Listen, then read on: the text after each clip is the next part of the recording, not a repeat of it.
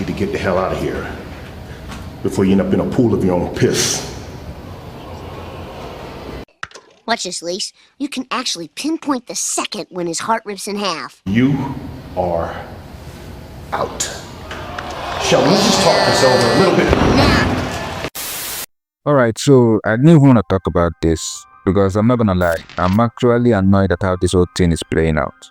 The Hurt Syndicate, arguably one of AEW's most exciting factions in the past few months, is already hitting the bumpy road. And the worst part is that it feels self-inflicted.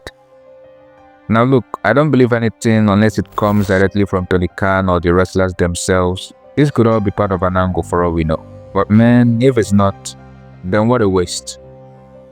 We all saw how good this faction could be, right? MJF's entrance into the Syndicate was handled beautifully. It felt like they were building towards something special. Maybe even a full-on redemption arc for MJF, this time under the mentorship of MVP and the muscles of Lashley and Shelton. But just like that, gone.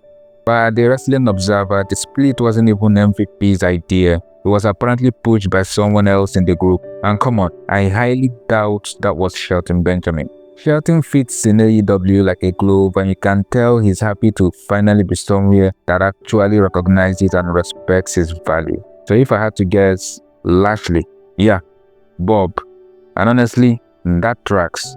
Obviously, we've seen MVP talk about Lashley wanting the AEW World title, and maybe he doesn't want to be seen playing second fiddle to MJF. Fair enough. But if that was the plan all along, then why even do the angle with MJF in the first place? You know what? Let's talk about that. MJF getting under Lashley's skin, the slow boiling tension, MVP playing both sides. It was subtle and compelling. It felt like long-term storytelling potential. They had something there, so why nuke it? And worse, this isn't even the first time the Syndicate has had this kind of sudden shift. They did it with Swerve, Jet Speed, and now this. I don't know if it's politics, creative frustration, or people just being difficult behind the scenes, but it's becoming a pattern, and it sucks because these decisions are affecting actual momentum on TV. Fans wanted this faction to thrive. We all did. We saw the vision, and now it's being treated like a throwaway angle.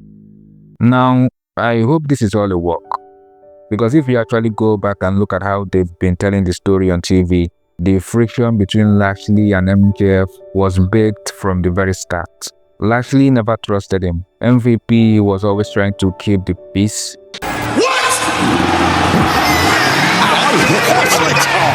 The thumbs down! Hey, listen. Remember, give the people what they want. MJF only ever talked about the Syndicate being a means to an end, being selfish. So what if this is all leading to something? FTR wins the tag tournament, faces the Syndicate at Forbidden Door, and MJF in full Petty King fashion costs them the match.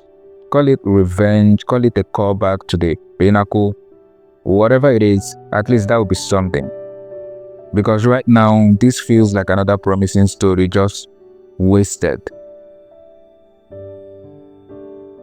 All I'm saying is, if this isn't kayfabe, then just cut the losses and let Shelton do his thing.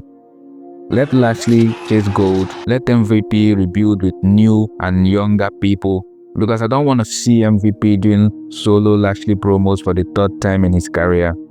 And besides, AEW is to start to be recycling that formula anyways.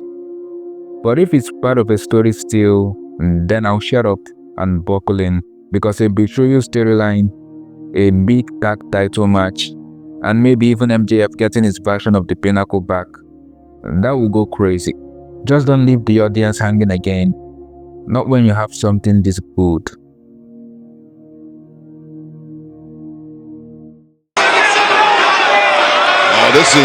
I'm telling you, this is going poorly for MJF as part of the Hurt Syndicate. He has not helped at all. No, Lashley. What was that?